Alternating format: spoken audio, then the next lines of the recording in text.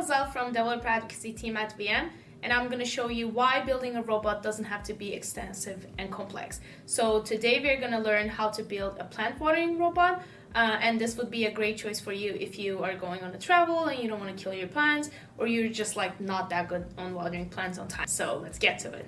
You may ask why this is going to be easy, and I can tell you why. We are using a software called VM. I may be a little biased because I work here, but at the same time I use it multiple times and I love it. One reason why so is that it gives me a single interface, like a software interface that allows me to add all my robot parts, my components like my pump and my relay and my Raspberry Pi and all my services that I'm going to use in this project. And it immediately allows me to test my hardware in VM's easy UI. So if I add my motor, I will be able to go to the control panel and I will be able to turn my motor on and off and see if it works. It also dynamically generates code for me. So if I'm adding a component like my board, it is going to initialize my board in my Python SDK, and then I will be able to write some simple additional code. To fulfill this project, you're going to need some prerequisites, such as having a app.vm account, having a robot instance for this plant watering project, and then having some required libraries like Python SDK and pip and the VM server installed on your SD card, as well as the Raspberry Pi, the actual software that comes with it, which is 64 Lite OS. And we are going to link all the documentation that's necessary in the description. Let's go over our materials. We're going to need an SD card. This came in a package of 2, but you only need 1. You're going to need an SD card reader depending on your computer. You're going to need a computer. Currently we are using a Raspberry Pi, but you can use other boards. You're going to need a charger for your computer. You're going to need a pump. I'm using a 5-volt pump. You're going to need a relay. You may not see how this looks like, but you're going to see it very soon when I open the package. You're going to need a silicone tube.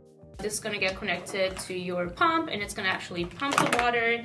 You're going to need a soil moisture sensor, and you're going to need a bunch of jumper cables. Some other materials that you may not need to buy, but maybe you just have laying around and it will be really helpful for you to have for this workshop, is a bowl or a cup with a water so that you can test your moisture sensor. You can bring an actual plant if that's the plant that you want this project to be for, because then you can actually test the soil moisture with that plant.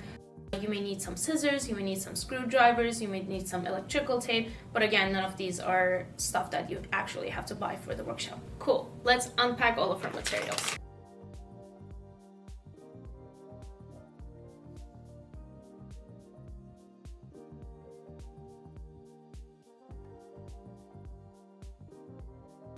We have it. And now let's start with wiring our first component. We are going to wire our sensor module with some of the cables that came with it. We are going to wire our moisture sensor to our Raspberry Pi using some generic jumper cables. So let's start with our sensor module. As you can see, one side we have 4 pins and one side we have 2 pins. We are going to start with this part, which is just a ground and power, plus and negative. And you can technically use whichever color that you want. Great. And now we have to make sure that the negative side corresponds with the negative side on the moisture sensor, and the positive side corresponds with the positive side, which you can see that plus sign right over here.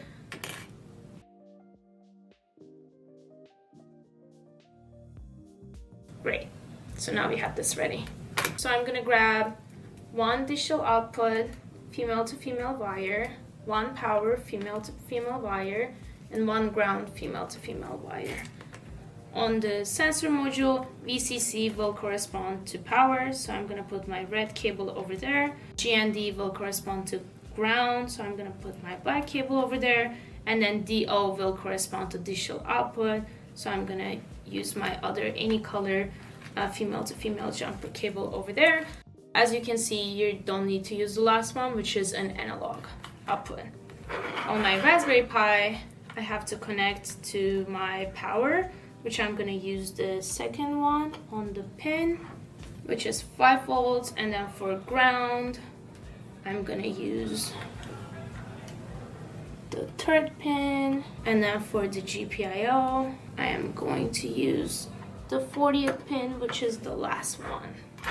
Cool. So now we have our moisture sensor wired. I just got some water because I want us to test our moisture sensor in the app. Now that we have it wired, I connected my Raspberry Pi to a power source. As you can see, everything's turned on. And the only pin I'm using is the 40, which is the last GPIO pin on the Raspberry Pi. And what we are going to do is we're going to go to app.vm.com and we are going to add our board component, and we are going to see if this moisture sensor can detect high and low depending on if it's in the water or not. Let's create our component. I'm going to name it local, and for the type I'm going to select board, and for the model I'm going to select Pi. Again, if you have a different board you can select a different model, and I'm going to save my configuration. When I go to the control panel, my board is going to pop up and I can check my pin 40 and get pin state, and it's going to say pin is high. That means that it's not in the water, so it's not detecting moisture. It's a little vice versa, but I think you get the gist. I'm expecting when I put the sensor in the water for this pin to be low to make sure that it's working. So let's just put it in, and then let's just get our pin state again. And as you can see, it says 40 is low. If I take it out, now it's potentially not wet. If I get the pin state again, it should say high. It says high. That's awesome. That means that our configuration is fine and our wiring is fine and this component is working. So now we can start wiring our relay, our pump, and then I'm going to connect my tube to the pump. But first we have to actually turn off our Raspberry Pi so we don't fry anything. Let's get our tube. You can adjust the size of the tube depending on the cup you're going to use and depending on the plant and where this project is going to sit in relation to the plant. I don't think that I will use this exact length, but again, totally up to you. I'm also going to separate these cables a little bit more so that they're a little bit more exposed. And now I'm going to grab some cables so that I can connect these pins. Let's start with this side. In this side it says NO, and then it says COM, and then it says NC. COM means common, NC means normally closed, and then MO means normally open. So we're only going to use 2 of these pins as we wire right now. So first let's wire our normally open pin. For that one I'm going to use any color, and then as you can see there's like a tiny hole over here that will hold our wire. There's a screw, so you can use a screwdriver if you want to adjust the opening, but otherwise it just fits right in there. And we're going to use the common pin to actually connect to the power. So I'm going to use my red cable and put it right in there. Great. So now I have 2 of my cables on that side. On this side you can see DC minus and in. That's going to go to any type of GPIO input. So I'm going to use this random colored orange cable for that side. It's female to male. And then for DC plus, which is our power, I'm going to use a red pin. And then for DC minus, it's going to be ground, so I'm going to use my black pin. And then now I have all my cables on top of my relay. Now we just have to connect it to our Raspberry Pi and to our pump. Let's start with our pump. Our pump also has a black cable and a red cable. Obviously one of them is power and one of them is ground. Let's grab another cable. It has to be female to female because on the Raspberry Pi we have the pins, but over here we also have to connect with this tiny cable. And if you want, you can secure this with an electrical tape, because otherwise when you move your plant watering project it may just pop the cables out. Cool. So now I have that connected. I'm gonna connect to the Raspberry Pi ground, which is right next to that 40 pin on the bottom on the left side. Cool. For the right side I'm gonna connect to my normally open pin, which as of now I'm using the brown cable.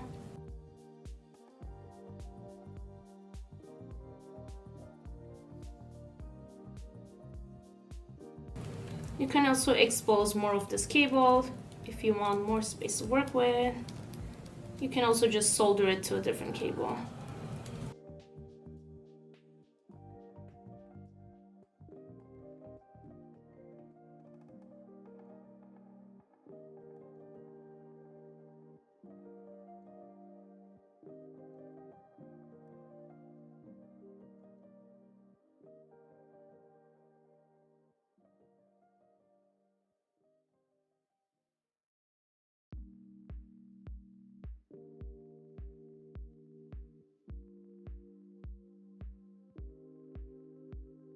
For the COM, we are gonna find 3.3 volts on the Raspberry Pi, which is on the top left. And for the other side, we need another power pin, which we're gonna use the 5-volt one, which is right on the next of it on the right side. There you go. And for the ground, we can again use any of the ground pins, but I'm gonna use the one that's 7th one. 1, 2, 3, 4, 5, 6, 7, right here on the right side. Great, and the only one that we didn't wire yet is our input pin. Technically, you can use any of the GPIO pins on the Raspberry Pi, but currently I'm gonna use the one that says 8, which is 1, 2, 3, 4 on the Raspberry Pi on the right side. Great, now we have our relay and our pump wired. So the only thing we have to do is go to the app and actually test if these are working. So now we can turn it on. As you can see, our sensor is lighting up, our Pi is lighting up, and then the relay is lighting up, which are all great signs. And now we have to go back to our terminal and we have to SSH into our Raspberry Pi again, because when we turn off the Pi, we basically automatically get disconnected. So I'm gonna SSH into my plant watering robot again. And it's gonna ask my passcode. Great, now we are connected again. If you go back to app.vm.com to your robot, as you can see, your last online would be a different minutes ago because you didn't get connected as it was offline. If you refresh your page and wait a little bit, as you can see, it turns on live again because we connected again. And now in our control panel, instead of testing the 40th pin, we can actually test the 8th because that's the one that we connected our motor. If you say get pin state low, as you can see, nothing's happening with my motor. But if we set it,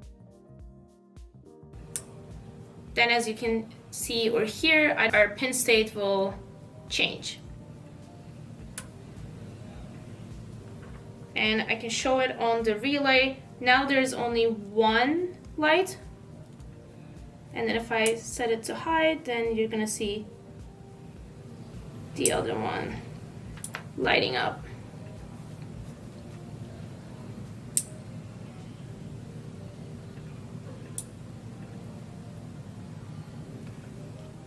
And if we actually want to test this, we can grab another cup and then put it in the water to see if it actually pumps the water.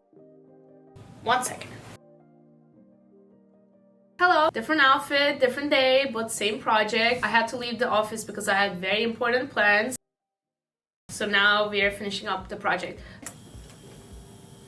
Now, as you can see from the water levels, the water is getting pumped from this side to this side. I can stop it because we don't have enough water yet. So now we are ready to code. We are going to go to github.com, VM Labs, Plant Watering Workshop. So this is the repository we have the example code in. As you can see, there's a README and there are some instructions around how to use the code space. One reason why we are using a code space is that if you already use Python and if you already have some libraries in your computer, sometimes it may get confusing with all the dependencies and stuff.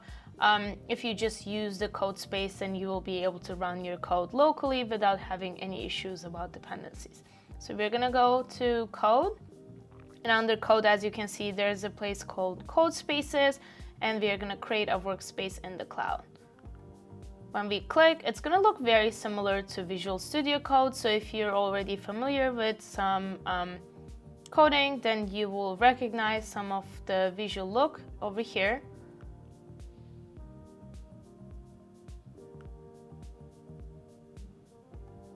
Great, so we have our terminal over here. As you can see, it's connected to our workspace, and then we can see the README here. If we want to go to the code, we are going to go to plantwatering.python. And this is our example code. So now let's just go over what this code does and what are the things that we have to change. As you can see, there are two variables up top that says robot secret and robot address. we actually have to replace these with the secret and address of our actual robot. You may ask, how can I find that? Great question. So we're gonna go to our app and we're gonna go to this button that says code sample. In the code sample, you will be able to include your secret. So if you press this button under Python, we're only using it because we're using the Python SDK. The other versions have different examples for the example code, but for our use case, we're gonna include secret for Python. And then I have this over here, that's my robot secret. So this secret is specifically for this robot, and it allows me to communicate and control, communicate with and control this robot. So I'm gonna copy this and go back to my code space and I'm gonna paste it here. We're gonna do the same thing for the address. This is the specific address that we have to connect to our robot in the cloud. Obviously, everybody's secret and address will be different depending on the robot that they're connected to. This is for security reasons, so please don't share your secret and your location with anybody, because then they will gain access to your robot and they will be able to control your robot. So now that we have our secret and address, we can save our code and we can go back and start talking about what the code does. So it is importing the VM components board. This will allow us to get the GPIO pin reading and set it up to high and low. So technically we will be able to control our motor. Here we are setting our GPIO pins. For the relay pin, which is connected to the motor, it's going to turn it on and off. Moisture pin 40 and relay pin 8. You can change these to the actual GPIO pins that you connected your moisture sensor and relay on the Raspberry Pi. Then we have our connect function. It is connecting to our location secret and it is connecting to our robot and the address that we just gave. And then we have our moisture loop. So over here, the moisture pin value means that if it's high, then there is no moisture. There's no resistance between the two probes. If it's low, then that means there is moisture and then it's gonna be false. So we are gonna have a main program loop with the relay pin. We are gonna get the board pin for the moisture pin and we are gonna get the board pin for the relay pin. And then we are gonna detect moisture from the moisture pin get. So if we get the pin and if it's high and if it's low, it's gonna differ the moisture level of our soil or water, like whatever we are testing it with. And over here, we have our if-else function. If detect moisture is true, then it's gonna start the relay and it's gonna like activate the motor and it's gonna start pumping. Why is this way? Because if moisture is true, as we remember, it means that there is no moisture in the plant and it's gonna turn on the relay. If it's false, so else, stop the relay, it's gonna set the pin to false and it's actually gonna stop pumping the water. What you can do after this like code sample, if you wanna improve the code, you can add a time. So maybe every time you run the code, if it detects that it has no moisture, maybe you start the relay for a certain amount of time instead of just running it indefinitely. Here, what it's doing is it's running it as long as the relay, as long as it still doesn't detect moisture. So if your pump is close to your moisture sensor, the moment it starts detecting the moisture, it's gonna stop. After that, we have our main function, which is connecting to the robot. We are printing our resources just to see if they're working. And here we are connecting to our board again. We are getting the board from robot. And then here you actually have to replace with the actual name of your board in the VM app. If you don't remember, you can come back to your config and you can see what it says here. Let's update it to Pi because that's what our code is asking for. Great, so now my board name is Pi. If you have a different name, then you can just change this to that board name or you can change it in the VM app. Then we have like watering sleep. So over here I just put 1, but if you want to sleep for longer and you don't want to water in that increment, then you can also change this number. While true function, here we are checking if it's running, then it's going to print relay running, and if it's not running, then it's going to say relay not running, which will indicate if the motor is on or off. Again, you can like sleep here for 5 seconds depending on the size of the pot if you want to, but you can change the timing according to the plant that you have in front of you. And then we are closing our robot, and that's it. So that's basically what the code does. With code, what you can also do, depending on the type of plant that you have, for example, if you have a cacti, maybe you can say only run for 2 seconds because it doesn't need a lot of water. If your plant needs more water, you can say something like, oh, run this code twice a day. So maybe you want to check the water levels, like the moisture level, twice a day. Now let's try it with an actual plant.